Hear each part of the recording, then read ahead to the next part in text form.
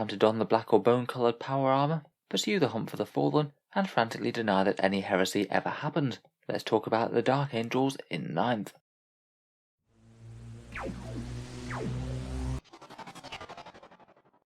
Hello and welcome back to Auspex Tactics, the strategy-focused 40k channel, where today we're talking all things Unforgiven, with a general overview of the Dark Angels chapter in 9th edition 40k. In the video we'll talk about what makes them one of the strongest chapters in 40k at the moment, go over their core rules, any special rules that particularly stand out for them, talk through their unit pool of Deathwing, Ravenwing and other units, and finish up with one look at a winning tournament list. Lots to cover here, so let's jump straight into it. So at the moment in 9th edition, I'd argue Dark Angels are one of, if not the strongest Space Marine chapter, and they certainly seem to be one of the stronger ones at putting in tournament performances, with more wins or high placings at grand tournaments than any other chapter so far this year. The Dark Angels really do have quite a lot going for them, as we'll see. They excel in all sorts of different areas, have multiple solid playstyles, and a lot of options that just make life a little bit easier than some of the other chapters. Their Ravenwing bikers are fast, hard-hitting, and fairly tough with their invul saves from Jink. The mighty Deathwing are incredibly hard to shift with their Inner Circle rule. They're strong on the objective game, with plenty of units that don't normally get OBSEC getting it, have a ton of fairly useful datasheets, particularly their characters, and multiple specialist combat doctrines for the Deathwing, Greenwing and Ravenwing, and perhaps swap between them easier than any other chapter around. The Dark Angels really are quite well rounded. Maybe a couple of small weaknesses might be that if you're over-relying on Deathwing, they might be quite slow and easy to outmaneuver, and if you take their specialist Ravenwing or Deathwing formations, it can kind of limit other choices. There is a bit of a trade-off on getting the command point refunds and the OBSEC. Still though, enormously strong, so let's talk about why. First up, their chapter tactic Grim Resolve is pretty handy. Though really, the Dark Angels chapter tactic is kind of divided into 3 parts: Grim Resolve that everyone gets, Inner Circle that Deathwing and characters get, and Jink which the Ravenwing get. All of those are just passive buffs that make the units better. Grim Resolve currently gives you +1 to hit if you're not moving that turn. It's very solid for gunline units. If you can afford to just sit and shoot, then you'll be sitting and shooting better. But it's also surprisingly helpful for melee units if your units do get charged by the enemy. The move check is whether or not you moved within the same turn, not the battle round, so it means you've never moved in your opponent's turn. So typically Dark Angels will always be +1 to hit in their opponent's charge phase, or in any ongoing combats. Potential for some fairly decent damage boost there, even if you're not going to get it on the move. The second part of the tactic is auto-passing combat attrition. Not really the biggest deal for Space Marines who don't get modifiers to it anyway, but here and there that should stop you from losing a model or two to morale. Next up we have Inner Circle that characters and Deathwing get, and I'd argue that this is one of the most powerful rules in the Codex, as infantry models can only be wounded on a 4+, no matter what they're targeted with. It's basically permanent transhuman physiology all the time in command point 3, and it is particularly nasty on Deathwing Terminators with their good saves and multiple wounds. They're exactly the sort of unit that your opponent is going to want to target with heavy weapons, and it's a massive survivability buff to mean that you're only ever going to be wounded on a 4+ by things like las cannons. Really helps out characters too, particularly if they're fighting other characters. It's just generally a really nice rule to have. Finally, for Ravenwing units, they get Jink, which they only ever get on the first battle round or if they're moving. It grants them a 5+ invul all the time, or a 4+ invul if they happen to advance. It's really quite nice for the Ravenwing units. If they don't move, they get Grim Resolve and +1 to hit. If they do move, then they're significantly more resistant to high AP weapons. A 5+ invul save is exactly what things like attack bikes really like, a nice little extra for fending off against high AP attacks. It just rounds them out quite nicely as a unit. They're already very hard hitting, so it's good to make them a little bit tougher as well. Finally we get to the combat doctrine Sons of the Lion, which is the one that's split into 3 different parts: the Devastator one affecting Ravenwing, the Assault one affecting Deathwing, and the Tactical one affecting all infantry models that are neither Deathwing nor Ravenwing. The Ravenwing one does help with a first turn assault, getting an extra 3 inch to their movement, and allowing Ravenwing squads to advance and shoot with any weapon, which means that you can get extra movement and that nice 4+ invul thrown in. The Tactical Doctrine I'd say is perhaps the least impressive. It allows infantry models to fire rapid fire or assault weapons in close combat, but only hit on a ballistic skill of 5+. It's not too terrible, I guess, if you do have a battle line of intercessors engaged, but I think a lot of the time you're likely going to want to fall back anyway and just let the entire rest of your army focus on that one unit, rather than just try and plink off a few wounds with some very inaccurate shots. Finally, the Assault Doctrine is a damage buff to the Deathwing. Deathwing units just reroll wound rolls against characters and units with 8 or more wounds. Very nice with things like Thunderhammers. It just helps them absolutely obliterate vehicles. It is pretty helpful that there's a couple of different ways that Dark Angels can very easily put other units in these doctrines, which we'll get onto in a second. Overall though, the core rules for Dark Angels are just absolutely great. Plenty of powerful rules that give them just raw extra damage or survivability. Moving on, let's talk through a few of the stronger special rule picks for the Codex, and starting out with the Warlord traits. The go-to one for competitive Dark Angels lists does seem to be Brilliant Strategist. That's the one where you can choose your combat doctrine for one unit within 6 inches of the Warlord each turn. So for example, you could keep one unit in Devastator doctrine all game long. This one often happens to be given to Azrael, as he gets that at base, and he also gets 2 command points if he's your Warlord. It's really nice to throw that buff on things like Ravenwing Talon Masters or Volkite Contemptor Dreadnoughts, but just even putting Deathwing into their Assault Doctrine early could be very nice with some AP3 re-rolling damage Thunderhammers.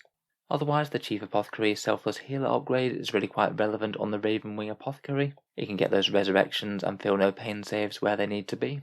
Rites of War potentially to give OBSEC if you're not using those specialist attachments, or get it on things like Deathwing Knights or other Ravenwing units.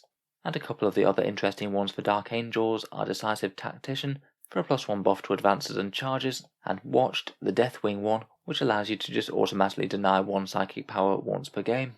Not too bad for a key bit of psychic defense when you need it. Relics wise, out of the Dark Angels options, my favourites are the Pennant of Remembrance and the Arbiter's Gaze. The Pennant is the one that you can give to a Deathwing Ancient or a Bladeguard Ancient, and you can make -1 damage happen on 1 Deathwing unit. Really not a bad layer of extra durability to layer on to the only wounded on 4+ thing.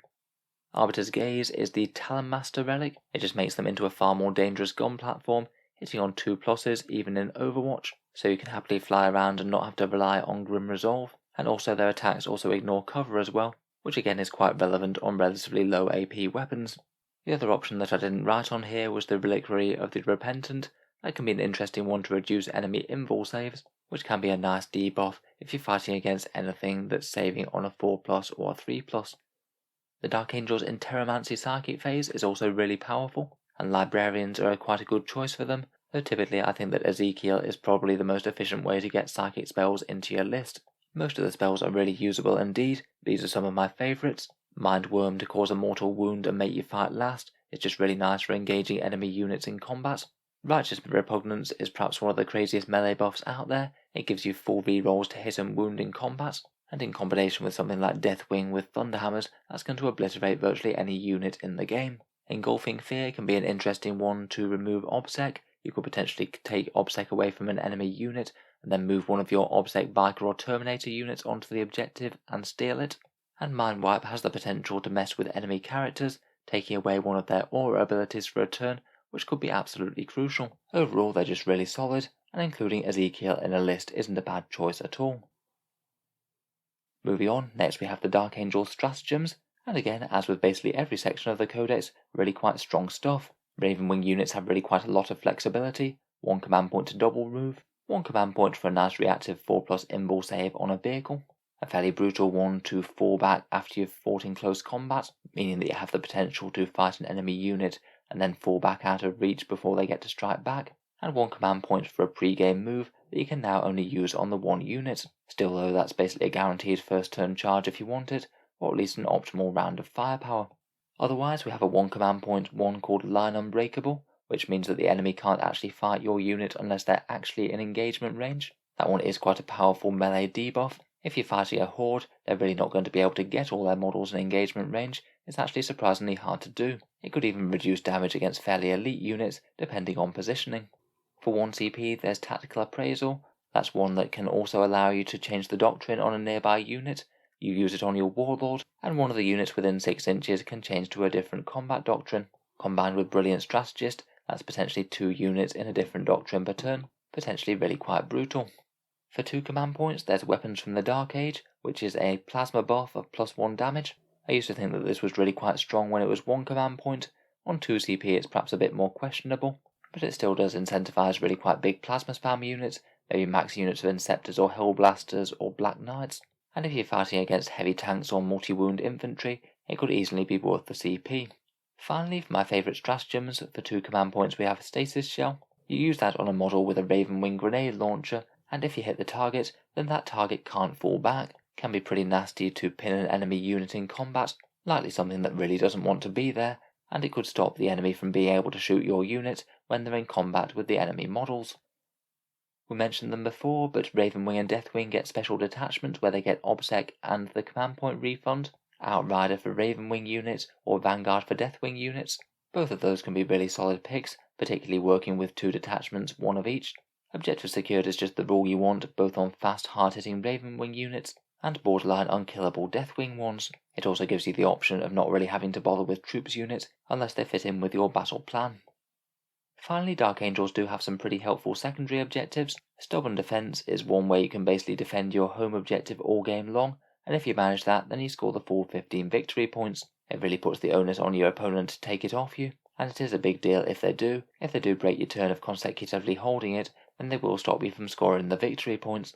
Still though, defending a home field objective is relatively straightforward, and it can be very powerful against less aggressive armies.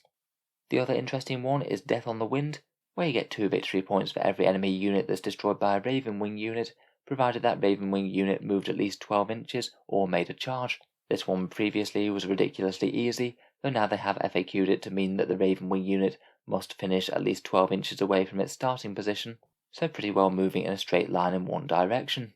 I think it's still pretty doable, to be honest, but it could be pretty annoying with positioning, potentially making you move units in ways that you didn't really want to.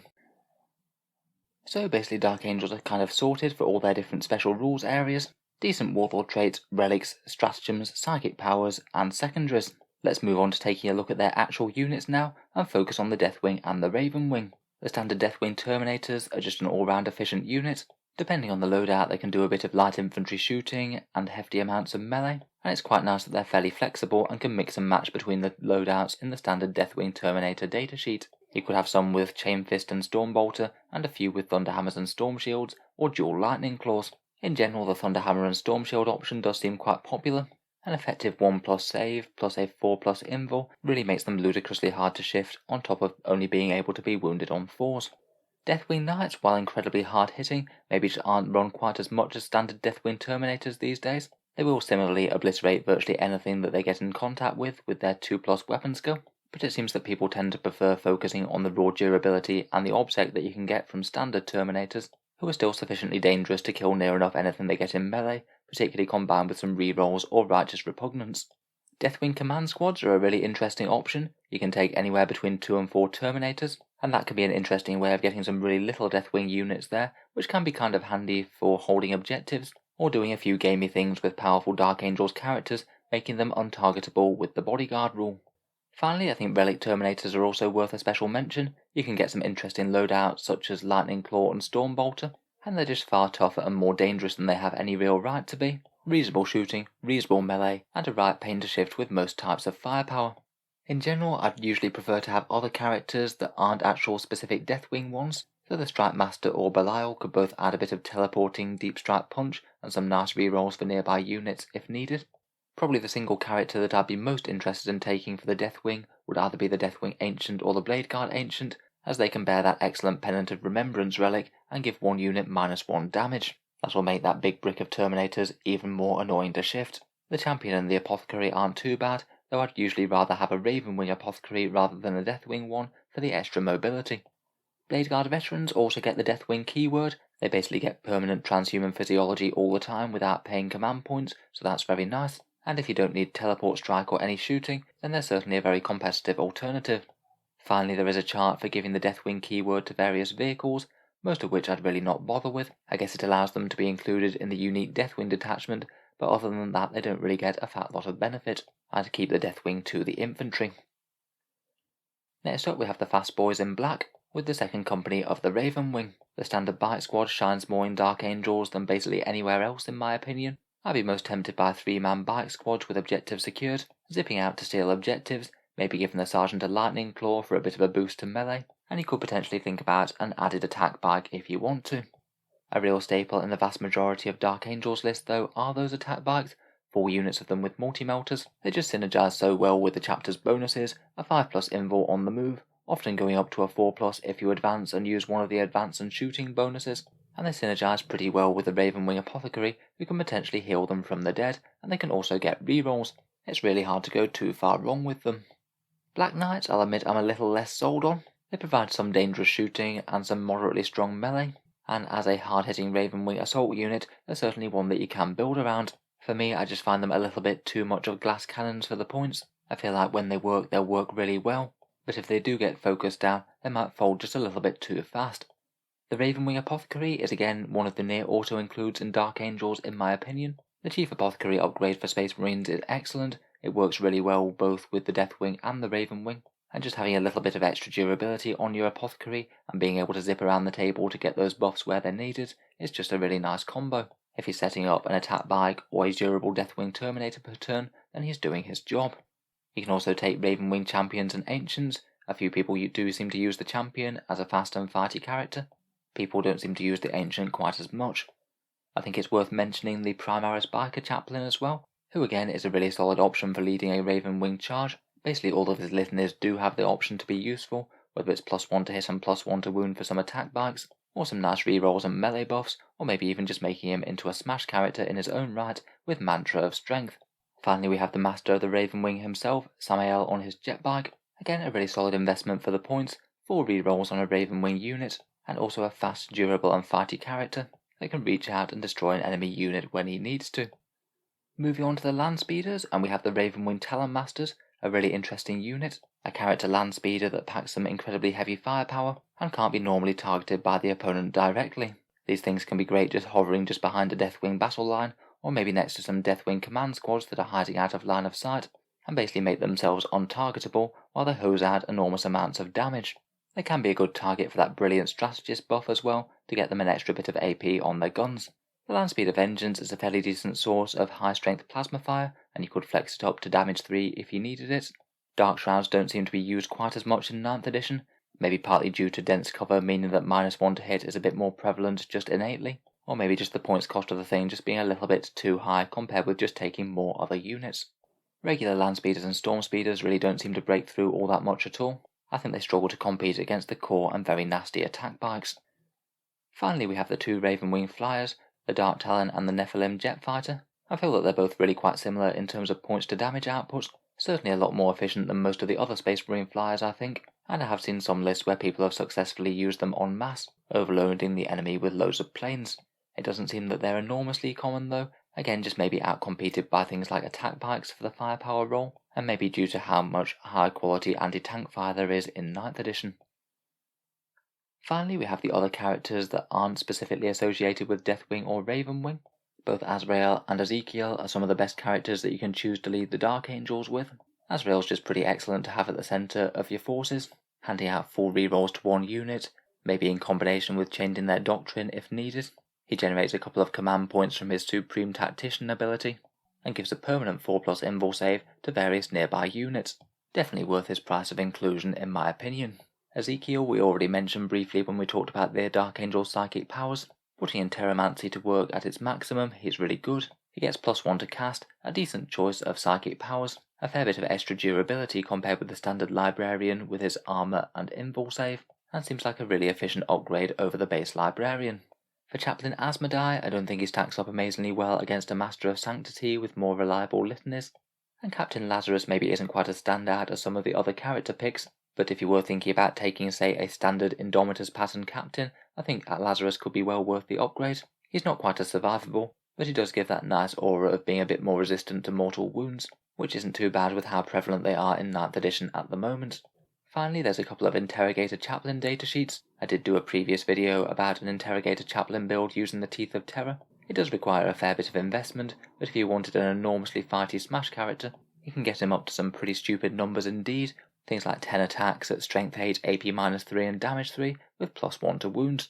Definitely a threat that can end a lot of units in a single round of combat. Otherwise, from the more generic Codex Space Marines options, of course all the standard efficient choices are good. Things like Redemptor Dreadnoughts and Eradicators are good no matter in what army you take them. In particular for Dark Angels, things like Inceptors or Hellblasters with maximal plasma could be interesting for weapons of the Dark Age, and any really static gunline units are a little bit more interesting as well. Things like whirlwinds will always be hitting on 2s, and if you can afford to just sit at the back and not move, then you're going to be a bit more efficient at doing so.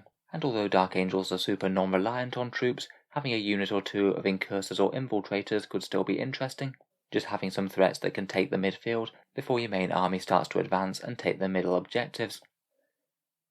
Finally, to sum up, I thought we'd just talk through one tournament list, and this one's from the most recent Grand Tournament that I can see that Dark Angels have won, apparently played by a gentleman called Tom Ogden, who seems to have had quite a lot of success with Dark Angels in big events.